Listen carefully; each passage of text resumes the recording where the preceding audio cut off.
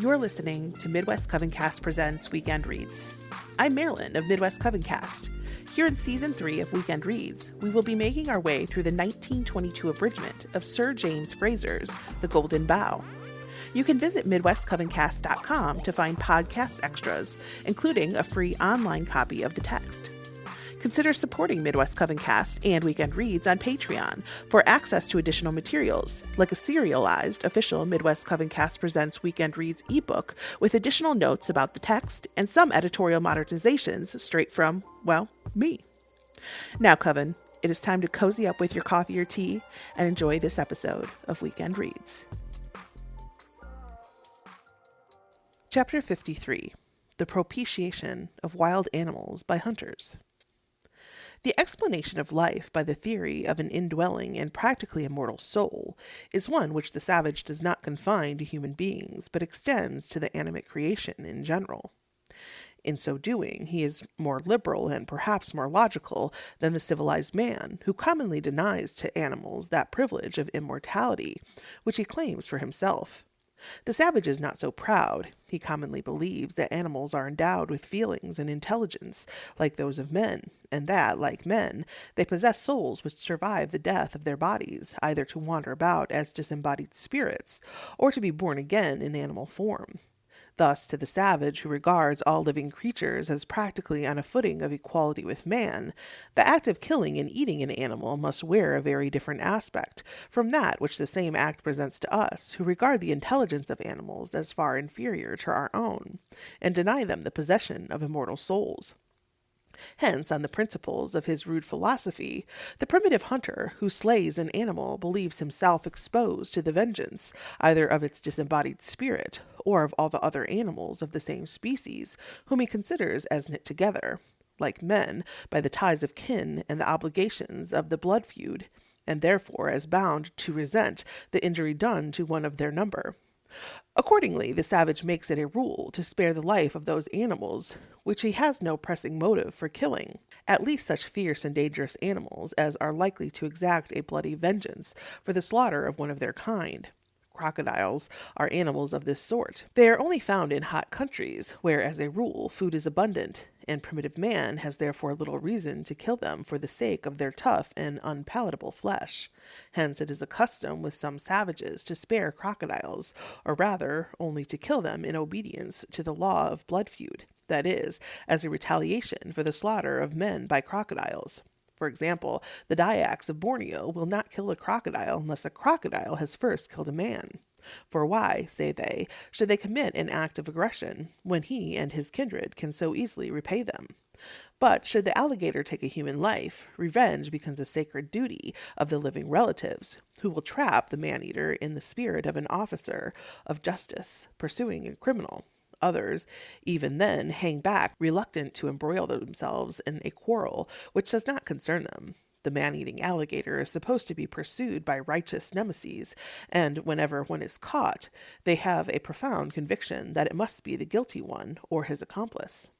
Like the Dyaks, the natives of Madagascar never kill a crocodile, except in retaliation for one of their friends who has been destroyed by a crocodile. They believe that the wanton destruction of one of these reptiles will be followed by the loss of human life, in accordance with the principle of lex talionis. The people who live near the Lake Itassi in Madagascar make a yearly proclamation to the crocodiles, announcing that they will revenge the death of some of their friends by killing as many crocodiles in return, and warning all well-disposed crocodiles to keep out of the way, as they have no quarrel with them, but only with their evil-minded relations who have taken human life.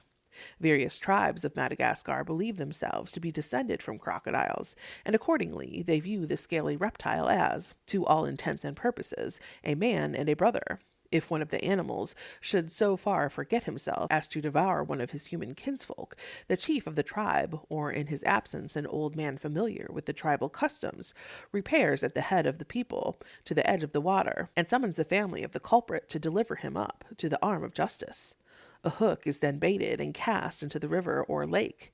Next day, the guilty brother or one of his family is dragged ashore, and after his crime has been clearly brought home to him by a strict interrogation, he is sentenced to death and executed. The claims of justice being thus satisfied, and the majesty of the law fully vindicated, The deceased crocodile is lamented and buried like a kinsman. A mound is raised over his relics, and a stone marks the place of his head. Again, the tiger is another of those dangerous beasts whom the savage prefers to leave alone, lest by killing one of the species he should excite the hostility of the rest. No consideration will induce a Sumatran to catch or wound a tiger, except in self-defense, or immediately after a tiger has destroyed a friend or relation. When a European has set traps for tigers, the people of the neighborhood have been known to go by night to the place and explain to the animals that the traps are not set by them nor with their consent. The inhabitants of the hills near Rajamahal in Bengal are very averse to killing a tiger, unless one of their kinsfolk has been carried off by one of the beasts. In that case, they go out for the purpose of hunting and slaying a tiger, and when they have succeeded, they lay their bows and arrows on the carcass and invoke God, declaring that they slew the animal in retaliation for the loss of a kinsman. Vengeance having been thus taken, they swear not to attack another tiger, except under similar provocation.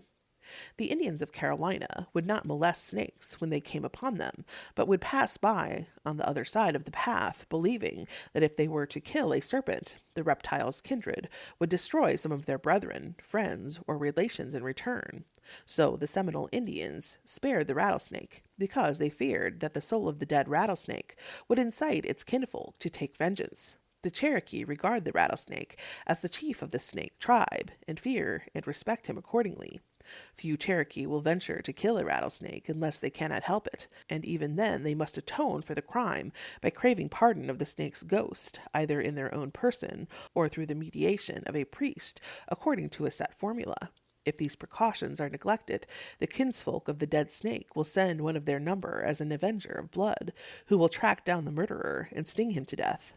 No ordinary Cherokee dares to kill a wolf if he can possibly help it, for he believes that the kindred of the slain beast would surely avenge its death, and that the weapon with which the deed had been done would be quite useless for the future, unless it were cleaned and exorcised by a medicine man. However, certain persons who know the proper rites of atonement for such a crime can kill wolves with impunity, and they are sometimes hired to do so by people who have suffered from the raids of the wolves on their cattle or fish traps. In Jebel Nuba, a district of eastern Sudan, it is forbidden to touch the nests or remove the young of a species of blackbirds resembling our blackbirds, because the people believe that the parent birds would avenge the wrong by causing a stormy wind to blow, which would destroy the harvest. But the savage clearly cannot afford to spare all animals. He must either eat some of them or starve, and when the question thus comes to be whether he or the animal must perish, he is forced to overcome his superstitious scruples and take the life of the beast. At the same time, he does all he can to appease his victims and their kinsfolk. Even in the act of killing them, he testifies his respect for them, endeavors to excuse or even conceal his share in procuring their death, and promises that their remains will be honorably treated. By thus robbing death of its terrors, he hopes to reconcile his victims to their fate, and to induce their fellows to come and be killed also. For example, it was a principle with the Kamchakans never to kill a land or sea animal without first making excuses to it, and begging that the animal would not take it ill. Also, they offered it cedar nuts and so forth, to make it think that it was not a victim, but a guest at a feast. They believed that this hindered other animals of the same species from growing shy. For instance, after they killed a bear and feasted on its flesh, the host would bring the bear's head before the company, wrap it in grass, and present it with a variety of trifles. Then he would lay the blame of the bear's death on the Russians, and bid the beast wreak his wrath upon them. Also, he would ask the bear to inform the other bears how well he had been treated, that they too might come without fear. Seals, sea lions, and other animals were treated by the Kamchkans with the same ceremonious respect. Moreover, they used to insert sprigs of a plant resembling bear's wart in the mouths of the animals they killed, after which they would exhort the grinning skulls to have no fear, but to go and tell it to their fellows, that they also might come and be caught, and so partake of this splendid hospitality. When the Ostyaks have hunted and killed a bear, they cut off its head and hang it on a tree. Then they gather round in a circle and pay it divine honors. Next, they run towards the carcass, uttering lamentations and saying, "Who killed you? It was the Russians. Who cut off your head? It was a Russian axe. Who skinned you? It was a knife made by a Russian." They explain, too, that the feathers which sped the arrow on its flight came from the wing of a strange bird, and that they did nothing but let the arrow go. They do all this because they believe that the wandering ghost of the slain bear would attack them on the first opportunity if they did not thus appease it. Or they stuff the skin of the slain bear with hay, and after celebrating their victory with songs of mockery and insult, after spitting on and kicking it, they set it up on its hind legs, and then, for a considerable time, they bestow on it all the veneration due to a guardian god. When a party of Koryak have killed a bear or a wolf, they skin the beast and dress one of themselves in the skin. Then they dance round the skin-clad man, saying that it was not they who killed the animal, but someone else, generally a Russian. When they kill a fox, they skin it, wrap the body in grass, and bid him go tell his companions how hospitably he has been received, and how he has received a new cloak instead of his old one. A fuller account of the Koryak ceremonies is given by a more recent writer. He tells us that when a dead bear is brought to the house, the women come out to meet it, dancing with firebrands. The bearskin is taken off with the head, and one of the women puts on the skin, dances in it, and entreats the bear not to be angry, but to be kind to the people. At the same time, they offer meat on a wooden platter to the dead beast, saying, "Eat, friend."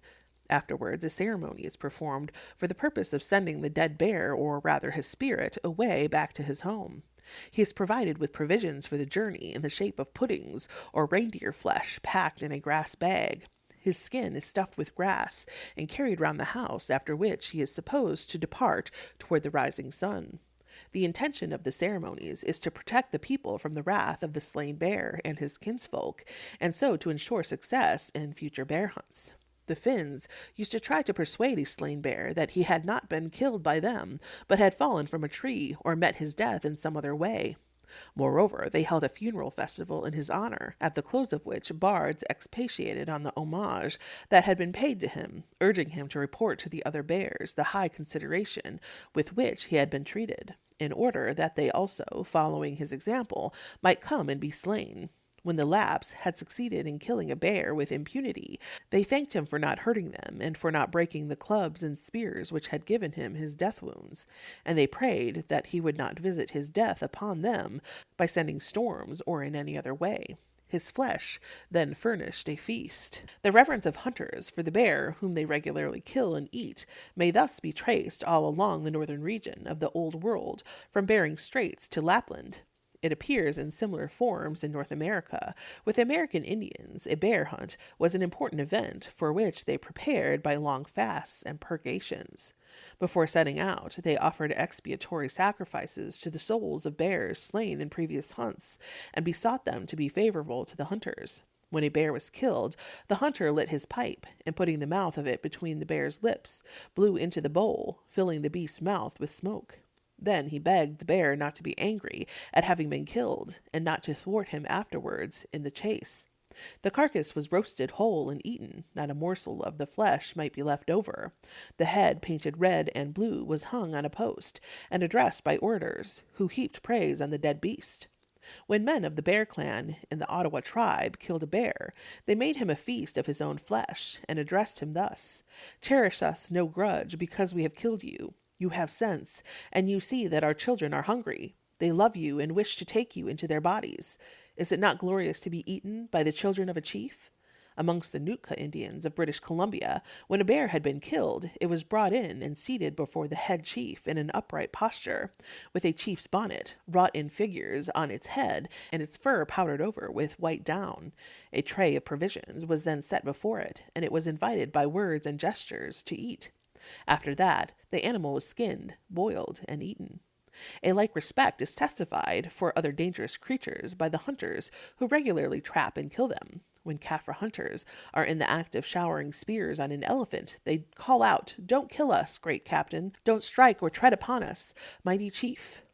When he is dead, they make their excuses to him, pretending that his death was a pure accident. As a mark of respect, they bury his trunk with much solemn ceremony, for they say that the elephant is a great lord, his trunk is his hand. Before the Amaxosa Caffres attack an elephant, they shout to the animal and beg him to pardon them for the slaughter they are about to perpetrate, professing great submission to his person, and explaining clearly the need to have of his tusks to enable them to procure beads and supply their wants. When they have killed him, they bury in the ground, along with the end of his trunk, a few of the articles they have obtained for the ivory, thus hoping to avert some mishap that would otherwise befall them.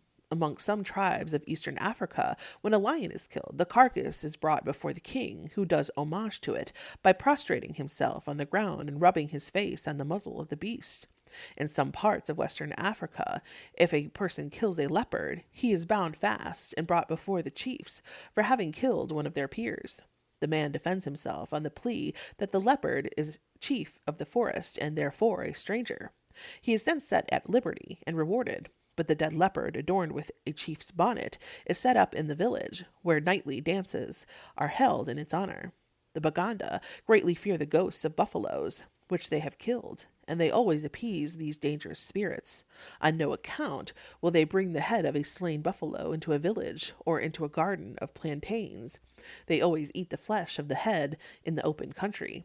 Afterwards, they place the skull in a small hut built for the purpose, where they pour out beer as an offering and pray to the ghost to stay where he is and not to harm them. Another formidable beast, whose life the savage hunter takes with joy, yet with fear and trembling, is the whale.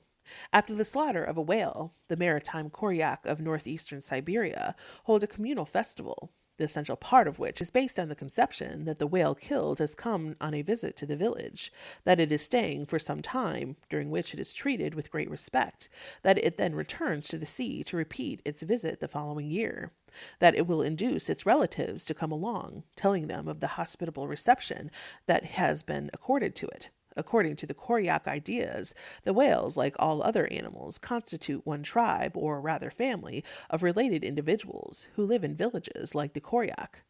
They avenge the murder of one of their number, and are grateful for kindnesses that they may have received. When the inhabitants of the Isle of St. Mary, to the north of Madagascar, go a-whaling, they single out the young whales for attack, and humbly beg the mother's pardon, stating the necessity that drives them to kill her progeny, and requesting that she will be pleased to go below while the deed is doing, that her maternal feelings may not be outraged by witnessing what must cause her so much uneasiness. An Ajumba hunter, having killed a female hippopotamus on Lake Azingo in West Africa, the animal was decapitated and its quarters and bowels removed.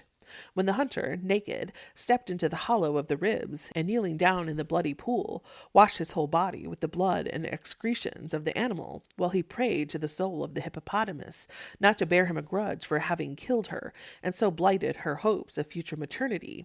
And he further entreated the ghost not to stir up other hippopotamuses to avenge her death by butting at and capsizing his canoe. The ounce, a leopard-like creature, is dreaded for its depredations of the Indians of Brazil. When they have caught one of these animals in a snare, they kill it and carry the body home to the village. There the women deck the carcass with feathers of many colors, put bracelets on its legs, and weep over it, saying, I pray thee not to take vengeance on our little ones for having been caught and killed through thine own ignorance, for it was not we who deceived thee, it was thyself. Our husbands only set the trap to catch animals that are good to eat. They never thought to take thee in it. Therefore let not thy soul counsel thy fellows to avenge thy death on our little ones. When a Blackfoot Indian has caught eagles in a trap and killed them, he takes them home to a special lodge called the Eagle's Lodge, which has been prepared for their reception outside of the camp. Here he sets the birds in a row on the ground, and propping up their heads on a stick, puts a piece of dried meat in each of their mouths, in order that the spirits of the dead eagles may go and tell the other eagles how well they were being treated by the Indians. So when the Indian hunters of the Orinoco region have killed an animal, they open its mouth and pour into it a few drops of the liquor they generally carry with them, in order that the soul of the dead beast may inform its fellows of the welcome it has met with, and that they too, cheered by the prospect of the same kind reception, may come with alacrity to be killed. When a Teton Indian is on a journey and he meets a gray spider or spider with yellow legs, he kills it because some evil would befall him if he did not. But he is very careful not to let the spider know that he kills it, for if the spider knew, his soul would go and tell the other spiders, and one of them would be sure to avenge the death of his relation. So, in crushing the insect, the Indian says, "Oh, grandfather spider, the thunder beings kill you." And the spider is crushed at once and believes what is told him. His soul probably runs and tells the other spiders that the thunder beings have killed him, but no harm comes of that. For what can gray or yellow-legged spiders do to the thunder beings? But it is not merely dangerous creatures with whom the savage desires to keep on good terms. It is true that the respect which he pays to wild beasts is in some measure proportioned to their strength and ferocity. Thus, the savage Steins of Cambodia, believing that all animals have souls which roam about after their death, beg an animal's pardon when they kill it, lest its soul should come and torment them. Also, they offer it sacrifices, but these sacrifices are proportioned to the size and strength of the animal. The ceremonies, which they observe at the death of an elephant, are conducted with much pomp and last 7 days. Similar distinctions are drawn by North American Indians. The bear, the buffalo, and the beaver are Manidos, divinities, which furnish food. The bear is formidable and good to eat. They render ceremonies to him, begging him to allow himself to be eaten, although they know he has no fancy for it. "We kill you, but you are not annihilated." His head and paws are objects of homage. Other animals are treated similarly for similar reasons. Many of the animals, Manidos, not being dangerous, are often treated with contempt. The terrapin, the weasel, polecat, etc. The distinction is instructive. Animals which are feared, or are good to eat, or both, are treated with ceremonious respect. Those which are neither formidable nor good to eat are despised. We have had examples of reverence paid to animals which are both feared and eaten. It remains to prove that similar respect is shown to animals which, without being feared, are either eaten or valued for their skins. When Siberian sable hunters have caught a sable, no one is allowed to see it, and they think that if good or evil be spoken of the captured sable, no more sables will be caught. A hunter has been known to express his belief that the sables could hear what was said of them as far off as Moscow. He said that the chief reason why the sable hunt was now so unproductive was that some live sables had been sent to Moscow. There they had been viewed with astonishment as strange animals, and the sables cannot abide that. Another, though minor, cause of the diminished take of sables was, he alleged, that the world is now much worse than it used to be, so that nowadays a hunter will sometimes hide the sable, which he has got, instead of putting it into the common stock. This also, said he, the sables cannot abide. Alaskan hunters preserve the bones of sables and beavers out of reach of the dogs for a year, and then bury them carefully, lest the spirits who took after the beavers and sables should consider that they are regarded with contempt, and hence no more should be killed or trapped. The Canadian Indians were equally particular not to let their dogs gnaw the bones, or at least certain of the bones, of beavers. They took the greatest pains to collect and preserve these bones, and when the beaver had been caught in a net, they threw them into the river. To a Jesuit, who argued that the beavers could not possibly know what became of their bones, the Indians replied, "You know nothing about catching beavers, and yet you will be prating about it." Before the beaver is stone dead, his soul takes a turn in the hut of the man who is killing him, and makes a careful note of what is done with his bones. If the bones are given to the dogs, the other beavers would get word of it, and would not let themselves be caught. Whereas if their bones are thrown into the fire or a river, they are quite satisfied, and it is particularly gratifying to the net which caught them. Before hunting the beaver, they offered a solemn prayer to the great beaver, and presented him with tobacco.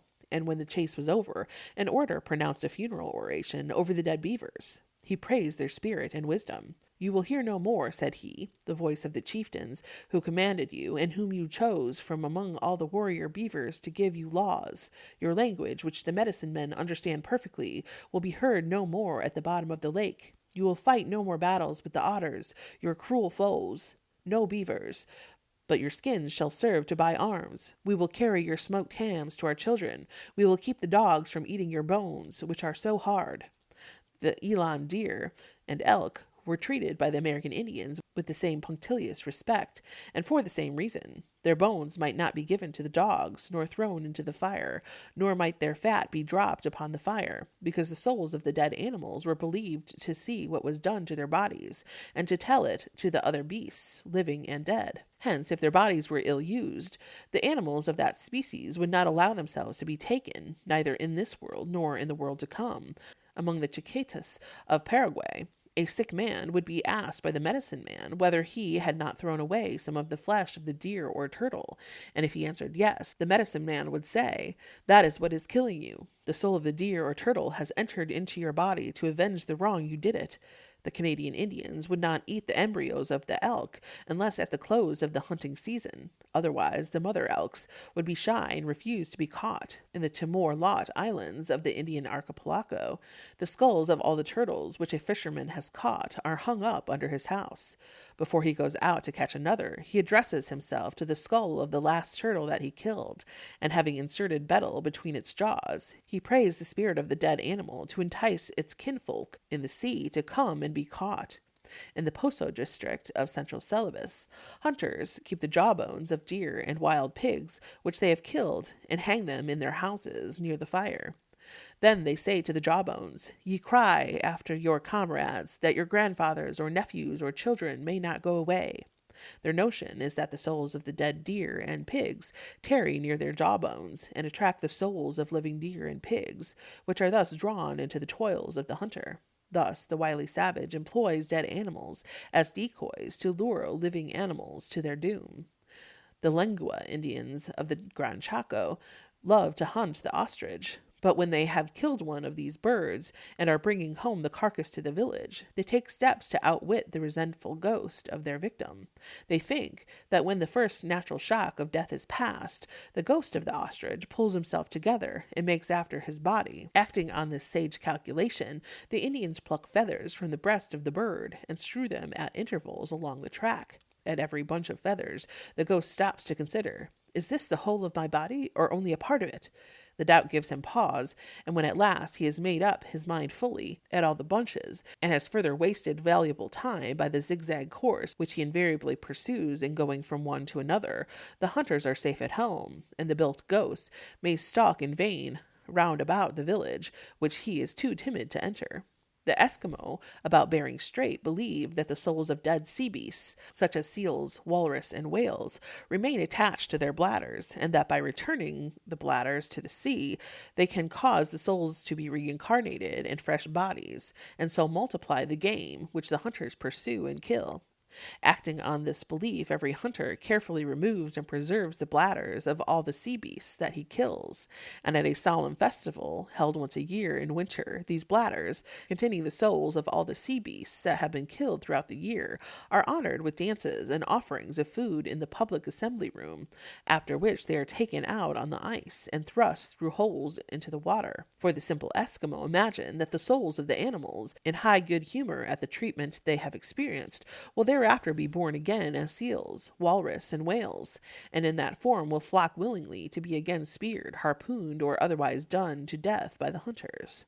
For like reasons, a tribe which depends for its subsistence, chiefly or in part upon fishing, is careful to treat the fish with every mark of honor and respect. The Indians of Peru adored the fish that they caught in greatest abundance, for they said that the first fish that was made in the world above, for so they named heaven, gave birth to all other fish of that species, and took care to send them plenty of its children to sustain their tribe.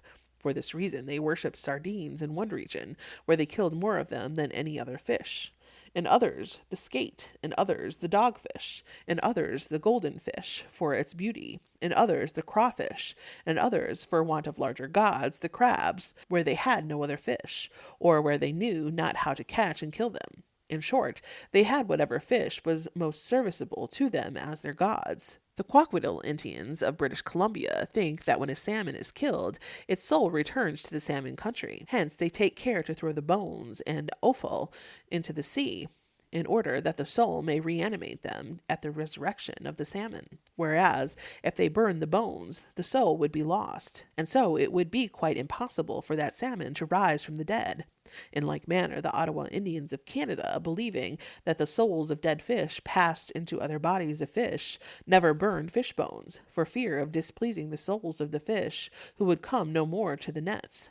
The Hurons also refrained from throwing fish bones into the fire, lest the souls of the fish should go and warn the other fish not to let themselves be caught, since the Hurons would burn their bones. Moreover, they had men who preached to the fish and persuaded them to come and be caught. A good preacher was much sought after, for they thought that the exhortations of a clever man had a greater effect in drawing the fish to the nets. In the Huron fishing villages, where the French missionary Sagard stayed, the preacher to the fish prided himself very much on his eloquence, which was of a florid order. Every evening after supper, having seen that all the people were in their places, and that a strict silence was observed, he preached to the fish. His text was that the Hurons did not burn fish bones. Then, enlarging on this theme with extraordinary unction, he exhorted and conjured and invited and implored the fish to come and be caught, and to be of good courage, and to fear nothing, for it was all to serve their friends, who honored them and did not burn their bones. The natives of the Duke of York Island annually decorate a canoe with flowers and ferns, lade it, or are supposed to lade it, with shell money, and set it adrift to compensate the fish for their fellows who have been caught and eaten. It is especially necessary to treat the first fish caught with consideration in order to consolate the rest of the fish, whose conduct may be supposed to be influenced by the reception given to those of their kind which were the first to be taken.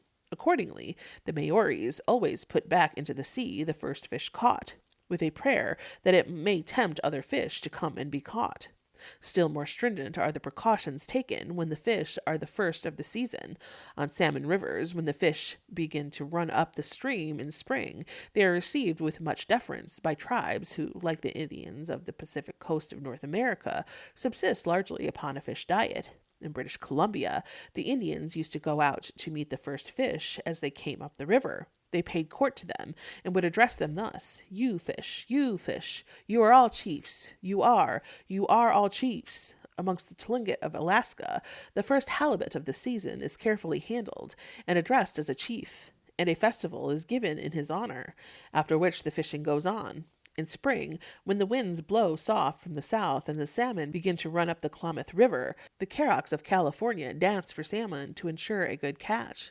One of the Indians, called the Kareya, or God-man, retires to the mountains and fasts for 10 days. On his return, the people flee, while he goes to the river, takes the first salmon of the catch, eats some of it, and with the rest kindles the sacred fire in the sweating house. No Indian may take a salmon before this dance is held, nor for 10 days after it, even if his family are starving. The Karoks also believe that a fisherman will take no salmon if the poles of which his spearing booth is made were gathered on the riverside, where the salmon might have seen them. The poles must be brought from the top of the highest mountain. The fisherman will also labor in vain if he uses the same poles a second year in booths or weirs, because the old salmon will have told the young ones about them. There is a favorite fish of the Aino, which appears in their rivers about May and June.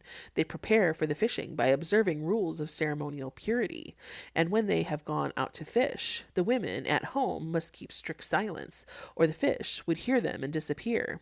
When the first fish is caught, he is brought home and passed through a small opening at the end of the hut, but not through the door, for if he were passed through the door, the other fish would certainly see him and disappear. This may partly explain the custom observed by other savages of bringing game in certain cases into their huts, not by the door, but by the window, the smoke hole, or by a special opening at the back of the hut. With some savages, a special reason for respecting the bones of game, and generally of the animals which they eat, is a belief that if the bones were preserved, they will in course of time be reclawed with flesh, and thus the animals will come to life again. It is therefore clearly for the interest of the hunter to leave the bones intact, since to destroy them would be to diminish the future supply of game. Many of the Minotari Indians believe that the bones of those bison which they have slain and divested of flesh rise again clothed with renewed flesh, and quickened with life, and become fat, and fit for slaughter the succeeding June. Hence, on the western prairies of America, the skulls of buffaloes may be seen arranged in circles and symmetrical piles awaiting the resurrection. After feasting on a dog, the Dakotas carefully collect the bones, scrape, wash, and bury them, partly, as it is said, to testify to the dog species that in feasting upon one of their number no disrespect was meant to the species itself, and partly also from a belief that the bones of the animal will rise and reproduce another. In sacrificing an animal, the Lapps regularly put aside the bones, eyes, ears, heart, lungs, sexual parts, if the animal was male, and a morsel of flesh from each limb.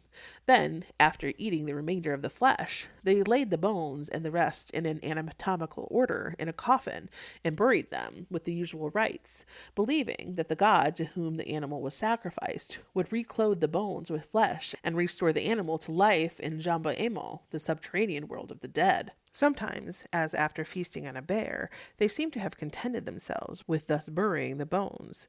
Thus the Lapps expected the resurrection of the slain animal to take place in another world, resembling in this respect the Kamskans, who believed that every creature, down to the smallest fly, would rise from the dead and live underground. On the other hand, the North American Indians looked for the resurrection of the animals in the present world. The habit, observed especially by Mongolian peoples, of stuffing the skin of a sacrificed animal or stretching it on a framework, points rather to a belief in resurrection of the latter sort. The objection commonly entertained by primitive peoples to the break of bones of the animals which they have eaten or sacrificed may be based either on a belief in the resurrection of the animals or on a fear of intimidating other creatures by the same species and offending the ghosts of the slain animals. The reluctance of North American Indians and Eskimo to let dogs gnaw the bones of animals is perhaps only a precaution to prevent the bones from being broken. But after all, the resurrection of dead game may have its inconveniences, and accordingly some hunters take steps to prevent it by hamstringing the animal, so as to prevent it, or its ghost, from getting up and running away. This is the motive alleged for the practice by Kui Indians in Laos. They think that the spells which they utter in the chase may lose their magical virtue, and that the slaughtered animal may consequently come to life again and escape. To prevent that catastrophe, they therefore hamstring the beast as soon as they have butchered it. When an Eskimo of Alaska has killed a fox, he carefully cuts the tendons of all the animal's legs in order to prevent the ghost from reanimating the body and walking about.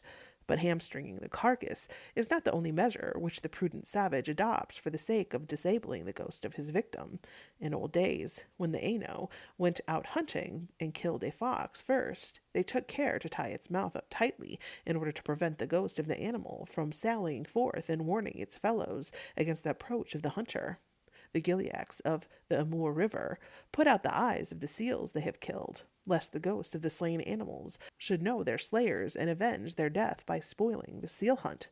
Besides the animals which primitive man dreads for their strength and ferocity, and those which he reveres on account of the benefits which he expects from them, there is another class of creatures which he sometimes deems it necessary to conciliate by worship and sacrifice. These are the vermin that infest his crops and his cattle. To rid himself of these deadly foes, the farmer has recourse to many superstitious devices, of which, though some are meant to destroy or intimidate the vermin, others aim at propitiating them, and persuading them by fair means to spare the fruits of the earth and the herds. Thus, Estonian peasants in the island of Oesel stand in great awe of the weevil, an insect which is exceedingly destructive to the grain. They give it a fine name, and if a child is about to kill a weevil, they say, "Don't do it. The more we hurt him, the more he hurts us." If they find a weevil, they bury it in the earth instead of killing it. Some even put the weevil under a stone in the field and offer corn to it. They think that thus it is appeased and does less harm. Amongst the Saxons of Transylvania, in order to keep sparrows from the corn, the sower begins by throwing the first handful of seed backwards over his head, saying, "That is for you, sparrows." To guard the corn against the attacks of leaf flies, he shuts his eyes and scatters 3 handfuls of oats in different directions. Having made this offering to the leaf flies, he feels sure that they will spare the corn. A Transylvanian way of securing the crops against all birds, beasts, and insects is this. After he has finished sowing, the sower goes once more from end to end of the field, imitating the gesture of sowing, but with an empty hand. As he does so, he says, I sow this for the animals. I sow it for everything that flies and creeps, that walks and stands, that sings and springs in the name of God the Father, etc. The following is a German way of freeing a garden from caterpillars. After sunset or at midnight, the mistress of the house or another female member of the family walks all round the garden, dragging a broom after her.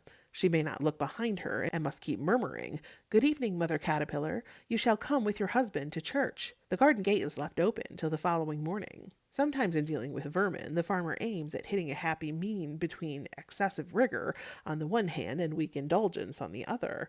Kind but firm, he tempers severity with mercy. An ancient Greek treatise on farming advises the husbandman who would rid his land of mice to act thus. Take a sheet of paper and write on it as follows. I adjure you, ye mice, here present, that ye neither injure me nor suffer another mouse to do so. I give you yonder field. Here you specify the field. But if ever I catch you here again, by the mother of the gods, I will rend you in 7 pieces.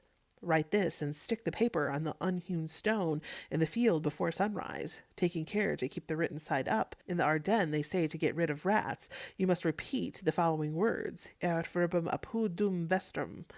Male rats and female rats, I conjure you by the great God to go out of my house and out of all my habitations, and to betake yourself to such and such a place, there to end your days. Decretis reveris et decemberesis, virgo potens clemens justitiae. Then write the same words on pieces of paper, fold them up, and place one of them under the door by which the rats are to go forth, and the other on the road which they are to take. The exorcism should be performed at sunrise. Some years ago, an American farmer was reported to have written a civil letter to the rats, telling them that his crop were short, that he could not afford to keep them through the winter, that he had been very kind to them, and that for their own good he thought they had better leave him and go to some of his neighbors who had more grain.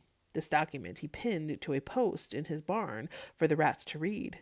Sometimes the desired object is supposed to be attained by treating with high distinction 1 or 2 chosen individuals of the obnoxious species, while the rest are pursued with relentless vigor. In the East Indian island of Bali, the mice which ravage the rice fields are caught in great numbers and burned in the same way that corpses are burned. But 2 of the captured mice are allowed to live and receive a little packet of white linen. Then the people bow down before them as before gods and let them go. When the farms of the Sea Dyaks, or Ibans of Sarawak, are much pestered by birds and insects, they catch a specimen of each kind of vermin, 1 sparrow, 1 grasshopper, and so on, put them in a tiny boat of bark well stocked with provisions, and then allow the little vessel with its obnoxious passengers to float down the river. If that does not drive the pests away, the Dyaks resort to what they deem a more effectual mode of accomplishing the same purpose. They make a clay crocodile as large as life and set it up in the fields, where they offer it food, rice spirit, and cloth, and sacrifice a fowl and a pig before it. Mollified by these attentions, the ferocious animal very soon gobbles up all the creatures that devour the crops.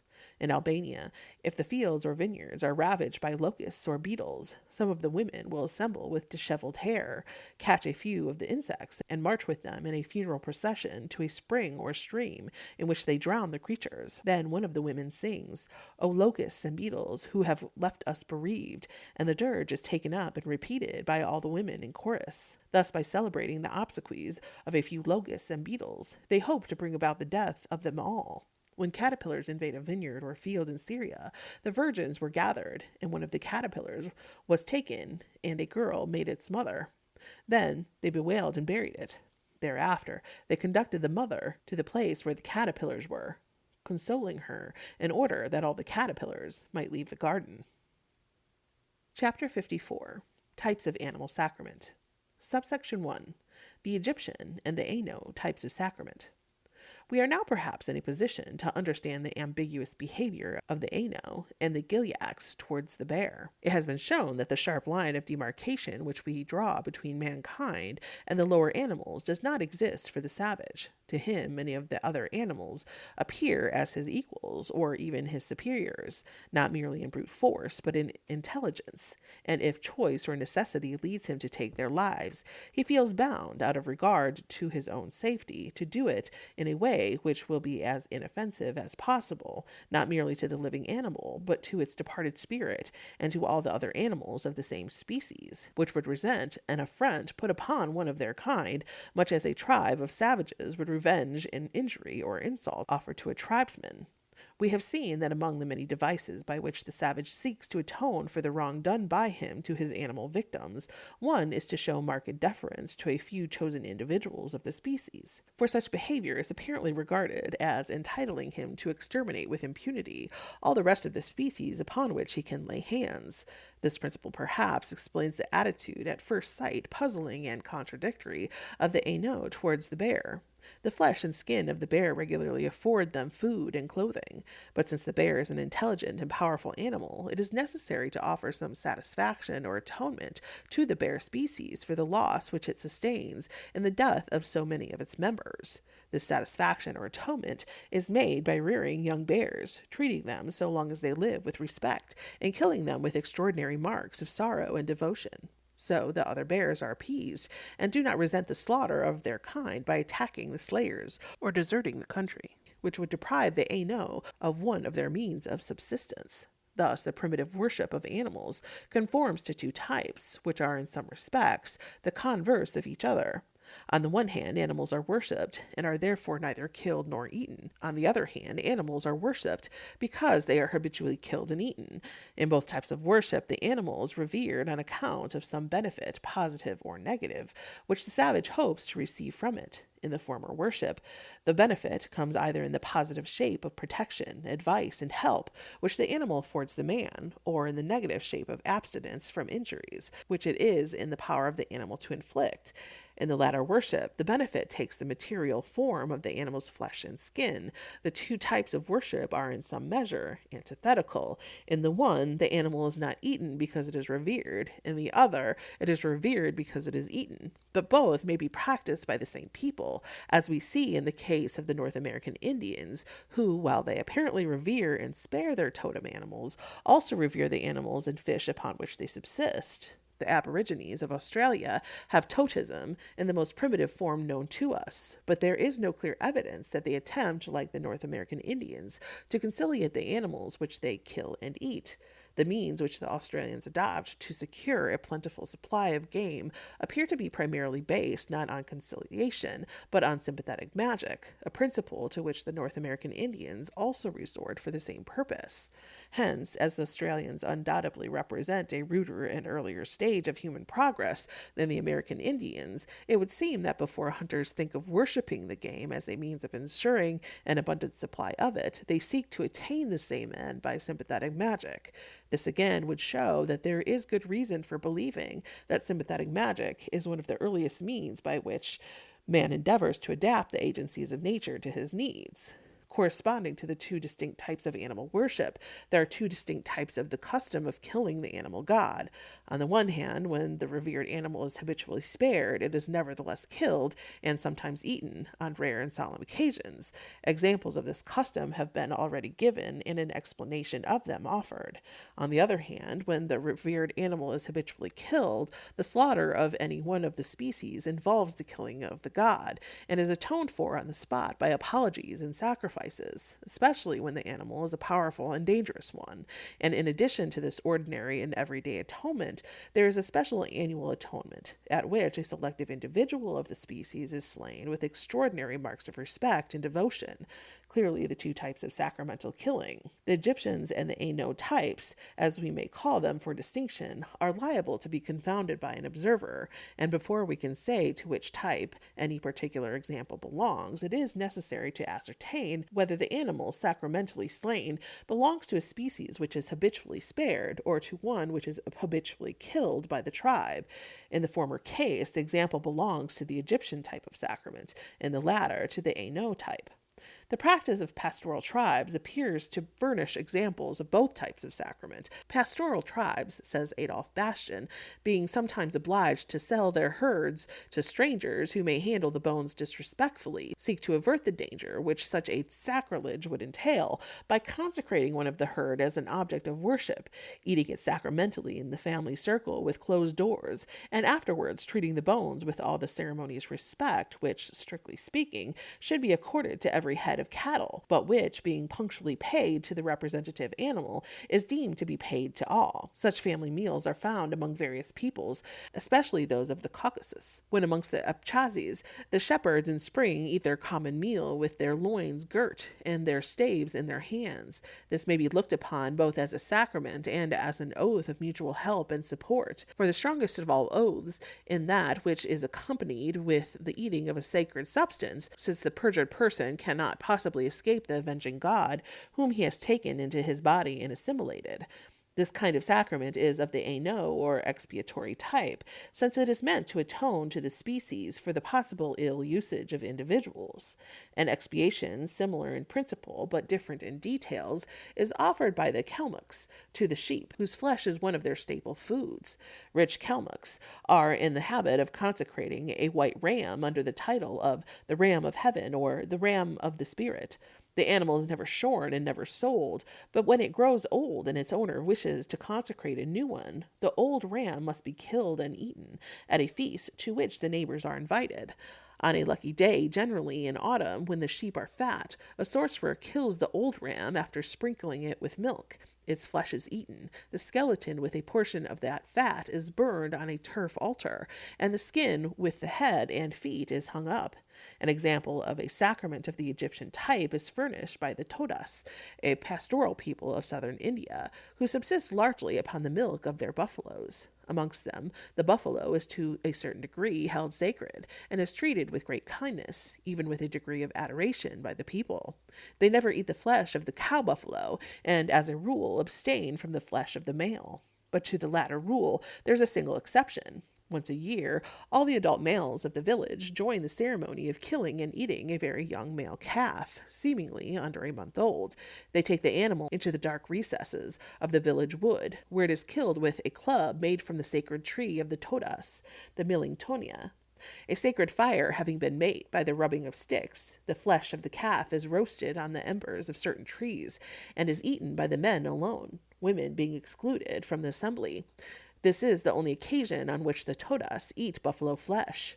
The Mahdi or Moru tribe of Central Africa, whose chief wealth is their cattle, though they also practice agriculture, appear to kill a lamb sacramentally on certain solemn occasions. The custom is thus described by Dr. Felkin. A remarkable custom is observed at stated times, once a year, I am led to believe. I have not been able to ascertain what exact meaning is attached to it. It appears, however, to relieve the people's minds, for beforehand they evince much sadness, and seem very joyful when the ceremony is duly accomplished. The following is what takes place. A large concourse of people of all ages assemble and sit down round a circle of stones, which is erected by the side of a road, really a narrow path. A very choice lamb is then fetched by a boy, who leads it 4 times round the assembled people. As it passes, they pluck off little bits of its fleece and place them in their hair or onto some other part of their body. The lamb is then led up to the stones, and they are killed by a man belonging to a kind of priestly order, who takes some of the blood and sprinkles it 4 times over the people. He then applies it individually. On the children, he makes a small ring of blood over the lower end of the breastbone. On women and girls, he makes a mark above the breasts, and the men he touches on each shoulder. He then proceeds to explain the ceremony and to exhort the people to show kindness. When this discourse, which is at times of great length, is over, the people rise, each places a leaf on or by the circle of stones, and then they depart with signs of great joy. The lamb's skull is hung on a tree near the stones, and its flesh is eaten by the poor. This ceremony is observed on a small scale at other times. If a family is in any great trouble, through illness or bereavement, their friends and neighbors come together, and the lamb is killed. This is thought to avert further evil. The same custom prevails at the grave of departed friends, and also on joyous occasions, such as the return of a son home from a very prolonged absence. The sorrow thus manifested by the people at the annual slaughter of the lamb seems to show that the lamb slain is a sacred or divine animal, whose death is mourned by his worshippers, just as the death of the sacred buzzard was mourned by the Californians, and the death of the Theban ram by the Egyptians. The smearing each of the worshippers with the blood of the Lamb is a form of communion with the divinity. The vehicle of the divine life is applied externally instead of being taken internally, as when the blood is drunk or the flesh eaten. Subsection 2. Processions with sacred animals. The form of communion in which the sacred animal is taken from house to house, that all may enjoy a share of its divine influence, has been exemplified by the Gilead custom of promenading the bear through the village before it is slain. A similar form of communion with the sacred snake is observed by a snake tribe in the Punjab. Once a year, in the month of September, the snake is worshipped by all castes and religions for 9 days only. At the end of August, the Marasans, especially those of the snake tribe, make a snake of dough, which they paint black and red, and place on a winnowing basket. This basket they carry round the village, and on entering any house they say, "God be with you all, may every ill be far, may our patrons, Gugas, word thrive." Then they present the basket with the snake, saying, "A small cake of flour, a little bit of butter. If you obey the snake, you and yours shall thrive." Strictly speaking, a cake and butter should be given, but it is seldom done. Everyone, however, gives something, generally a handful of dough or some corn.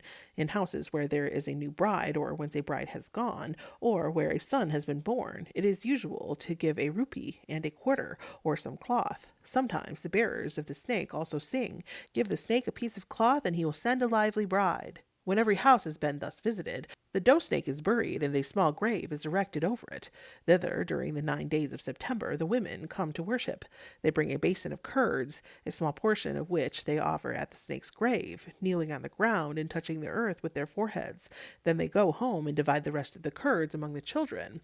Here the dough snake is clearly a substitute for a real snake. Indeed, in districts where snakes abound, the worship is offered, not at the grave of the dough snake, but in the jungles where snakes are known to be. Besides this yearly worship, performed by all the people, the members of the snake tribe worship in the same way every morning after a new moon. The snake tribe is not uncommon in the Punjab.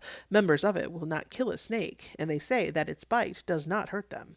If they find a dead snake, they put clothes on it and give it a regular funeral.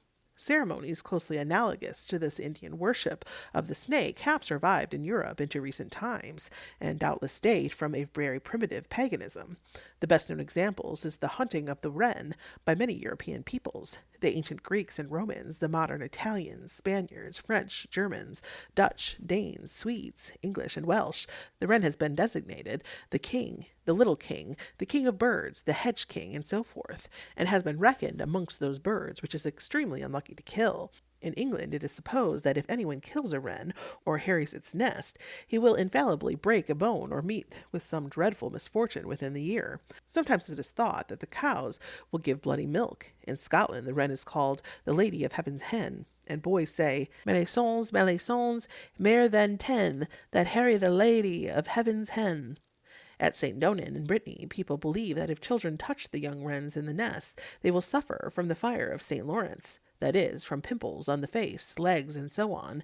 In other parts of France, it is thought that if a person kills a wren or harries its nest, his house will be struck by lightning, or that the fingers with which he did the deed will shrivel up and drop off, or at least be maimed, or that his cattle will suffer in their feet. Notwithstanding such beliefs, the custom of annually killing the wren has prevailed widely both in this country and in France. In the Isle of Man, down to the 18th century, the custom was observed on Christmas Eve, or rather Christmas morning, on the 24th of December. Towards evening, all the servants got a holiday. They did not go to bed all night, but rambled about till the bells rang in all the churches at midnight. When prayers were over, they went to hunt the wren, and having found one of these birds, they killed it, and fastened it to the top of a long pole with its wings extended. Thus they carried it in procession to every house, chanting the following rhyme: "We hunted the wren for Robin the Bobbin. We hunted the wren for Jack of the Can. We hunted the wren for Robin the Bobbin. We hunted the wren for everyone." When they had gone from house to house and collected all the money they could, they laid the wren on a bier and carried it in procession to the parish churchyard, where they made a grave and buried it. with the utmost solemnity, singing dirges over her in the Manx language, which they call her knell, after which Christmas begins. The burial over, the company outside the churchyard formed a circle and danced to music. A writer of the 18th century says that in Ireland the wren is still hunted and killed by the peasants on Christmas Day, and on the following, St. Stephen's Day, he is carried about, hung by the leg in the center of two hoops, crossing each other at right angles, and a procession made in every village of men, women, and children, singing an Irish catch, importing him to be the king of all birds. Down to the present time, the hunting of the wren still takes place in parts of Leinster and Connaught. On Christmas Day, or St. Stephen's Day, the boys hunt and kill the wren, fasten it in the middle of a mass of holly and ivy, on the top of a broomstick, and on St. Stephen's Day go about with it from house to house, singing, the wren, the king of all birds, St. Stephen's Day was caught in the furs. Although he is little, his family's great. I pray you, good landlady, give us a treat. Money or food, bread, butter, eggs, etc., were given them, upon which they feasted in the evening.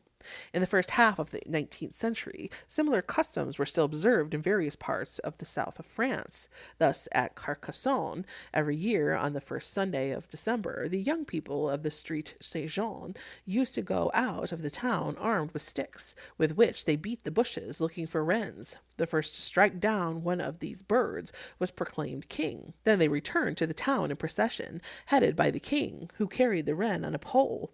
On the evening of the last day of the year, the king and all who had hunted the wren marched through the streets of the town to the light of torches, with drums beating and fifes playing in front of them. At the door of every house they stopped, and one of them wrote with chalk on the door, Vive le Roi, with the number of the year which was about to begin. On the morning of the 12th day, the king again marched in procession with great pomp, wearing a crown and a blue mantle, and carrying a scepter. In front of him was borne the wren fastened to the top of a pole, which was adorned with a verdant wreath of olive, of oak, and sometimes of mistletoe grown on an oak. After hearing high mass in the parish church of St. Vincent, surrounded by his officers and guards, the king visited the bishop, the mayor, the magistrates, and the chief inhabitants, collecting money to defray the expenses of the royal banquet, which took place in the evening and wound up with a dance.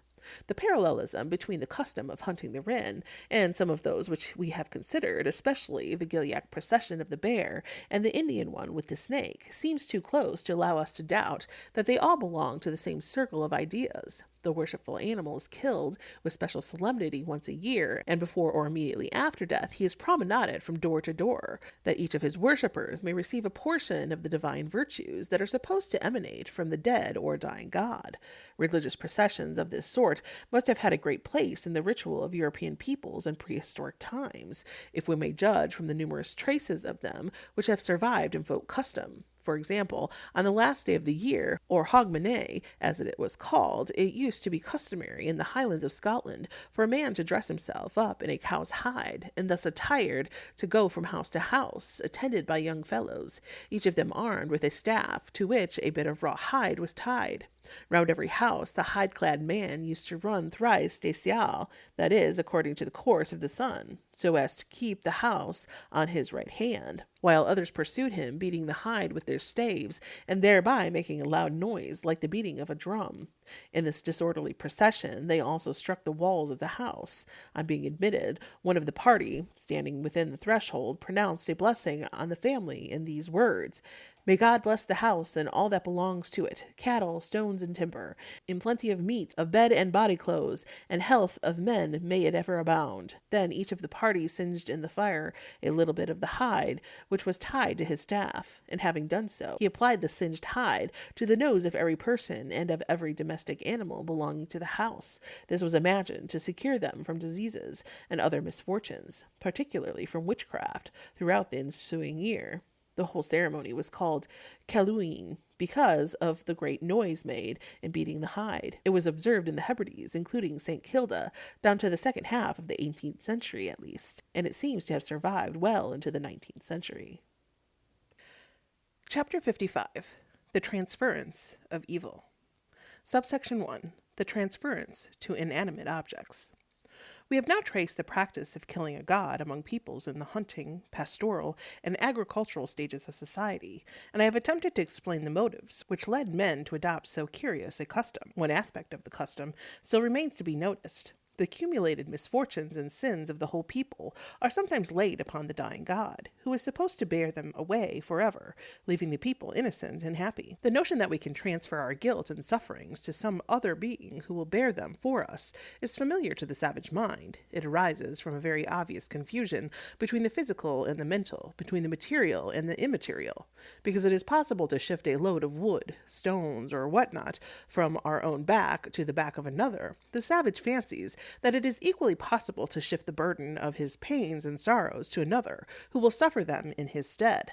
Upon this idea he acts, and the result is an endless number of very unamiable devices for palming off upon someone else the trouble which a man shrinks from bearing himself.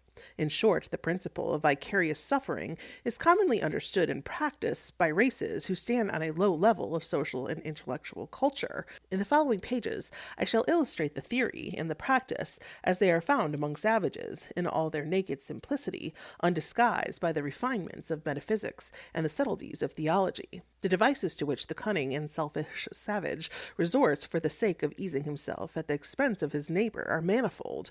Only a few typical examples out of a multitude can be cited. At the outset, it is to be observed that the evil of which a man seeks to rid himself need not be transferred to a person. It may equally well be transferred to an animal or a thing, though in the last case, the thing is often only a vehicle to convey the trouble to the first person who touches it. In some of the East Indian islands, they think that epilepsy can be cured by striking the patient on the face with the leaves of certain trees and then throwing them away. The disease is believed to have passed into the leaves and to have been thrown away with them. To cure toothache, some of the Australian blacks apply a heated spear thrower to the cheek. The spear thrower is then cast away, and the toothache goes with it in the shape of a black stone called karich. Stones of this kind are found in old mounds and sandhills. They are carefully collected and thrown in the direction of enemies in order to give them toothache. The Bahima, a pastoral people of Uganda, often suffer from deep-seated abscesses. Their cure for this is to transfer the disease to some other person by obtaining herbs from the medicine man, rubbing them over the place where the swelling is, and burying them in the road where people continually pass. The first person who steps over these buried herbs contacts the disease, and the original patient recovers. Sometimes, in case of sickness, the malady is transferred to an effigy as a preliminary to passing it on to a human being. Thus, among the Baganda, the medicine man would sometimes make a model of his patient in clay, then a relative of the sick man would rub the image over the sufferer's body, and either bury it in the road or in the grass by the wayside. The first person who stepped over the image or passed by it would catch the disease. Sometimes the effigy was made out of a plantain flower tied up so as to look like a person. It was used in the same way as the clay figure, but the use of images for this maleficent purpose was a capital crime. Any person caught in the act of burying one of them in the public road would surely have been put to death. In the western district of the island of Timor, when men or women are making long and tiring journeys, they fan themselves with leafy branches, which they afterwards throw away on particular spots, where their forefathers did the same before them. The fatigue which they felt is thus supposed to have passed into the leaves and to be left behind.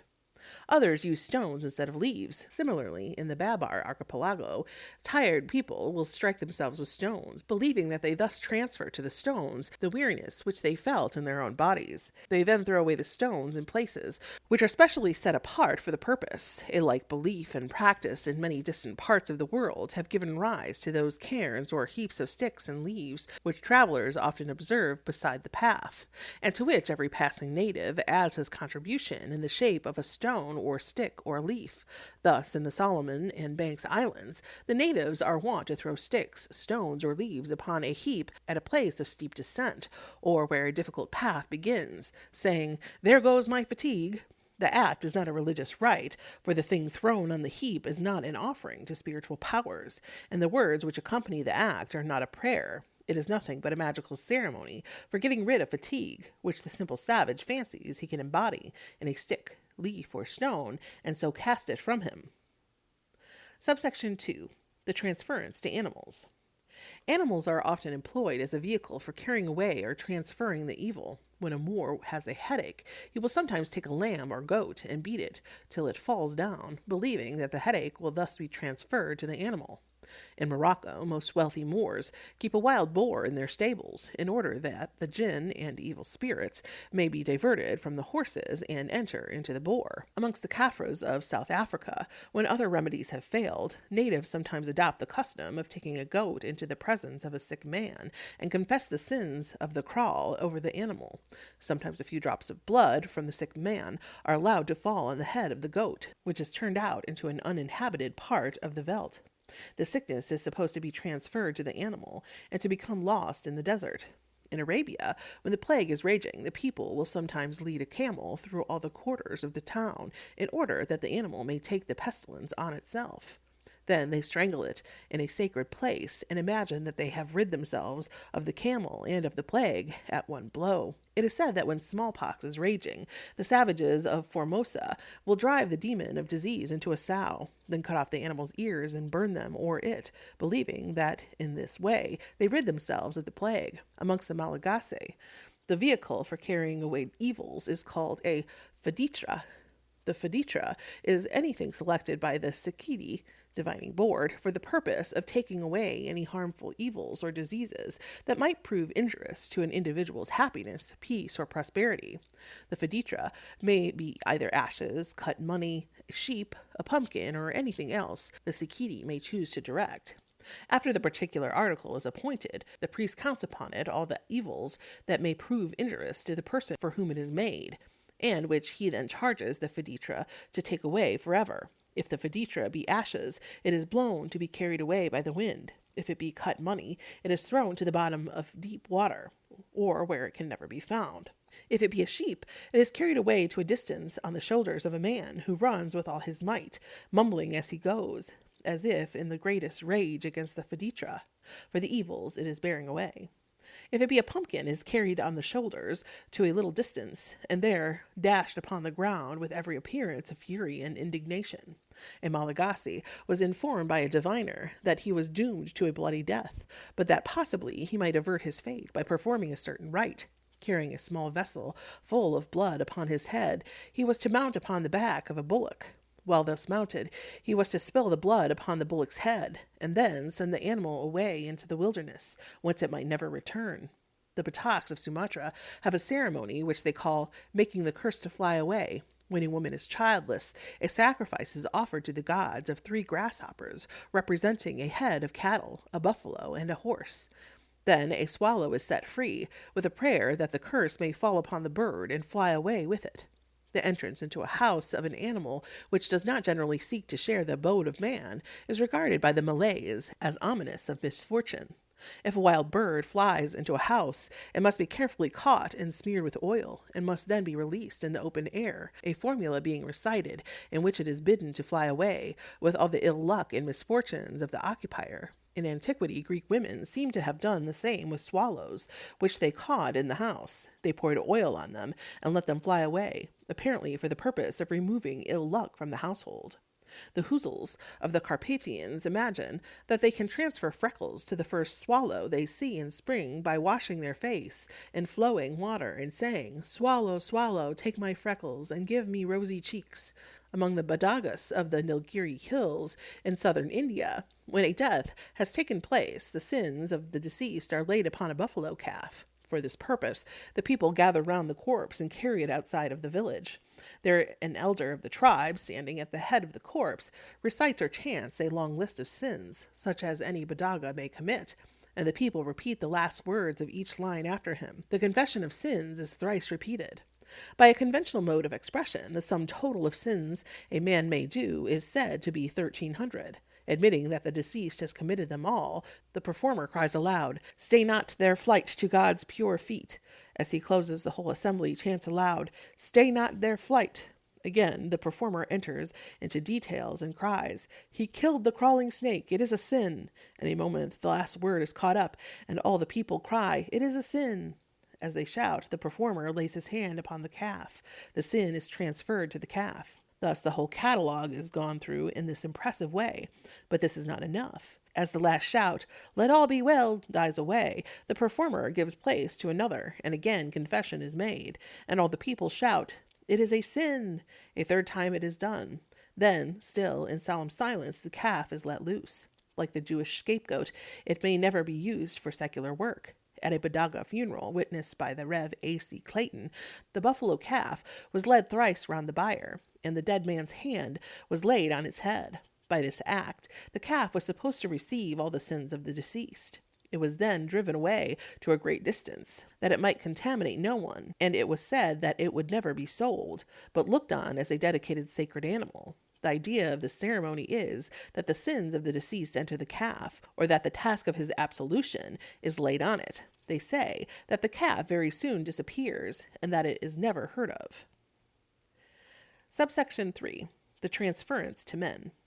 Again, men sometimes play the part of scapegoat by diverting to themselves the evils that threaten others. When a Cingalese is dangerously ill, and the physicians can do nothing, a devil dancer is called in, who, by making offerings to the devils and dancing in the mass appropriate to them, conjures these demons of disease, one after the other, out of the sick man's body and into his own. Having thus successfully extracted the cause of the malady, the artful dancer lies down on a bier, and shamming death is carried to an open place outside the village.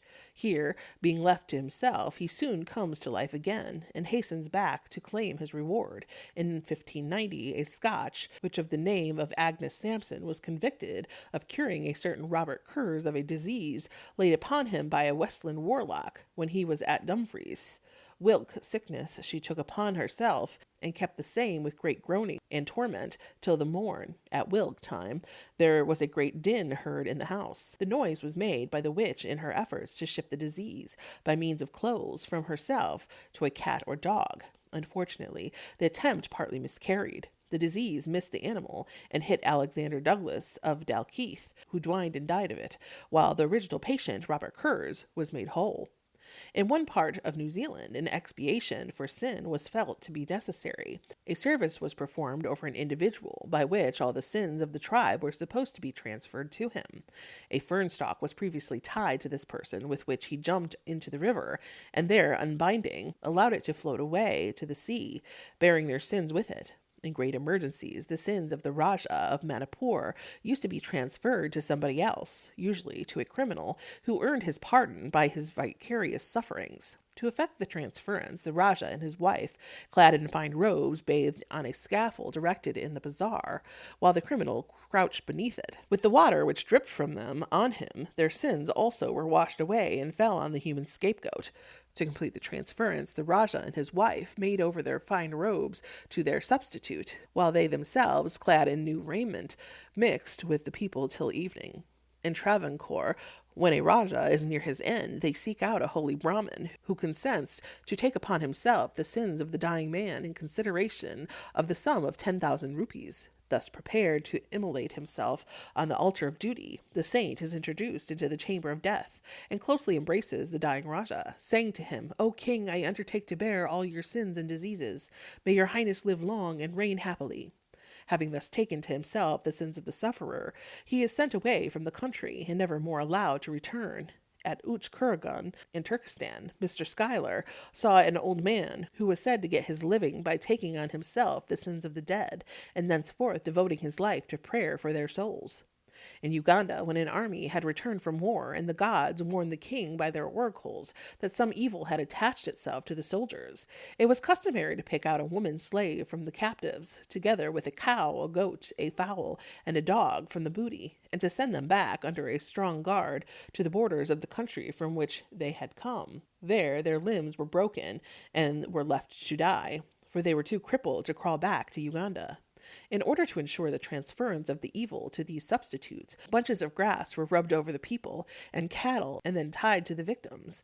After that, the army was pronounced clean and was allowed to return to the capital. So, on his accession, a new king of Uganda used to wound a man and send him away as a scapegoat to Bunyoro to carry away any uncleanliness that might attach to the king or queen. Subsection 4. The transference of evil in Europe. The examples of the transference of evil, hitherto adduced, have been mostly drawn from the customs of savage or barbarous peoples, but similar attempts to shift the burden of disease, misfortune, and sin from oneself to another person or to an animal or thing have been common also among the civilized nations of Europe, both in ancient and modern times. A Roman cure for fever was to pare the patient's nails and stick the parings with wax on a neighbor's door before sunrise. The fever then passed from the sick man to his neighbor. Similar devices must have been resorted to by the Greeks, for in laying down laws for his ideal state, Plato thinks it too much to expect that men should not be alarmed at finding certain wax figures adhering to their doors, or to the tombstones of their parents, or lying at crossroads. In the 4th century of our era, Marcellus of Bordeaux prescribed a cure for warts, which has still a great vogue among the superstitious in various parts of Europe. You are to touch your warts with as many little stones as you have warts. Then wrap the stones in an ivy leaf and throw them away in a thoroughfare. Whoever picks them up will get the warts, and you will be rid of them. People in the Orkney Islands will sometimes wash a sick man, and then throw the water down at a gateway, in the belief that the sickness will leave the patient and be transferred to the first person who passes through the gate. A Bavarian cure for fever is to write upon a piece of paper, "Fever, stay away, I am not at home," and to put the paper in somebody's pocket. The latter then catches the fever, and the patient is rid of it. A Bohemian prescription for the same malady is this: take an empty pot, go with it to a crossroad, throw it down, and run away. The first person who kicks against the pot will catch your fever, and you will be cured. Often in Europe, as among savages, an attempt is made to transfer a pain or malady from a man to an animal. Grave writers of antiquity recommended that, if a man be stung by a scorpion, he should sit upon an ass with his face to the tail, or whisper in the animal's ear, "A scorpion has stung me." In either case, they thought the pain would be transferred from the man to the ass. Many cures of this sort are recorded by Marcellus. For example, he tells us that the following is a remedy for toothache. Standing booted under the open sky on the ground, you catch a frog by the head, spit into its mouth, ask it to carry away the ache, and then let it go. But the ceremony must be performed on a lucky day and at a lucky hour. In Cheshire, the ailment known as aphtha, or thrush, which affects the mouth or throat of infants, is not uncommonly treated in much the same manner. A young frog is held for a few moments with its head inside the mouth of the sufferer, whom it is supposed to relieve by taking the malady to itself. "I assure you," said an old woman who had often superintended such a cure, "we used to hear the poor frog whooping and coughing mortal bad for days after. It would have made your heart ache to hear the poor creature coughing as it did about the garden." A Northamptonshire, Devonshire, and Welsh cure for a cough is to put a hair of the patient's head between 2 slices of buttered bread and give the sandwich to a dog. The animal will thereupon catch the cough, and the patient will lose it. Sometimes an ailment is transferred to an animal by sharing food with it. Thus, in Oldenburg, if you are sick of a fever, you set a bowl of sweet milk before a dog and say, "Good luck, you hound. May you be sick and I be sound." Then, when the dog has lapped some of the milk, you take a swig at the bowl, and then the dog must lap again. And then you must swig again, and when you and the dog have done it the 3rd time, he will have the fever, and you will be quit of it. A Bohemian cure for fever is to go out into the forest before the sun is up and look for a snipe's nest. When you have found it, take out one of the youngest birds and keep it beside you for 3 days. Then go back into the wood and set the snipe free. The fever will leave you at once.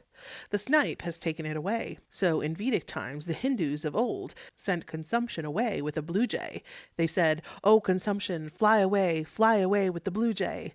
With the wild rush of the storm and the whirlwind, oh, vanish away." In the village of Llandelga, in Wales, there is a church dedicated to the Virgin Martyr, Saint Tecla, where the falling sickness is, or used to be, cured by being transferred to a fowl. The patient first washed his limbs in a sacred well hard by, dropped 4 pence into it as an offering, walked thrice round the well, and thrice repeated the Lord's Prayer. Then the fowl, which was a cock or a hen, according as the patient was a man or a woman, was put into a basket and carried round first the well and afterwards the church. Next, the sufferer entered the church and lay down under the communion table till break of day.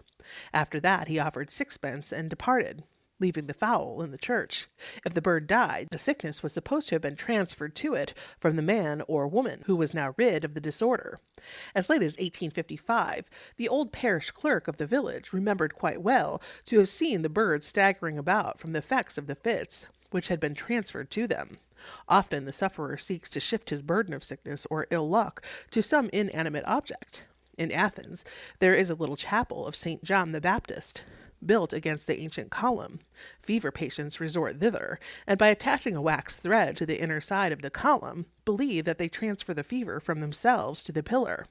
In the Mark of Brandenburg, they say that if you suffer from giddiness, you should strip yourself naked and run thrice round a flax field after sunset. In that way, the flax will get the giddiness, and you will be rid of it. But perhaps the thing most commonly employed in Europe as a receptacle for sickness and trouble of all sorts is a tree or bush. A Bulgarian cure for fever is to run thrice around a willow tree at sunrise, crying, "The fever shall shake thee, and the sun shall warm me." In the Greek island of Carpathos, the priest ties a red thread around the neck of a sick person. Next morning, the friends of the patient remove the thread and go out to the hillside, where they tie the thread to a tree, thinking that they thus transfer the sickness to the tree. Italians attempt to cure fever in like manner by tethering it to a tree. The sufferer ties a thread round his left wrist at night and hangs the thread on a tree next morning. The fever is thus believed to be tied up to the tree, and the patient to be rid of it. But he must be careful not to pass by that tree again. Otherwise, the fever would break loose from its bonds and attack him afresh. A Flemish cure for the ague is to go early in the morning to an old willow, tie 3 knots in one of its branches, say, "Good morrow, old one. I give thee the cold. Good morrow, old one." Then turn and run away without looking round. In Sonnenberg, if you would rid yourself of gout, you should go to a young fir tree and tie a knot in one of its twigs, saying, "God greet thee, noble fir. I bring thee my gout. Here will I tie a knot and bind my gout into it, in the name," etc. Another way of transferring gout from a man to a tree is this: pare the nails of the sufferer's fingers and clip some hairs from his legs. Bore a hole in an oak, stuff the nails and hair in the hole, stop up the hole again, and smear it with cow's dung. If, for 3 months thereafter, the patient is free of gout, you may be sure the oak has it in his stead. In Cheshire, if you would be rid of warts, you have only to rub them with a piece of bacon, cut a slit in the bark of an ash tree, and slip the bacon under the bark. Soon the warts will disappear from your hand, only however to reappear in the shape of rough excrescences or knobs on the bark of the tree. At Berkhamsted, in Hertfordshire, there used to be a certain oak tree, which were long celebrated for the cure of ague. The transference of the malady to the tree was simple but painful. A lock of the sufferer's hair was pegged into an oak. Then, by a sudden wrench, he left his hair and his ague behind him in the tree.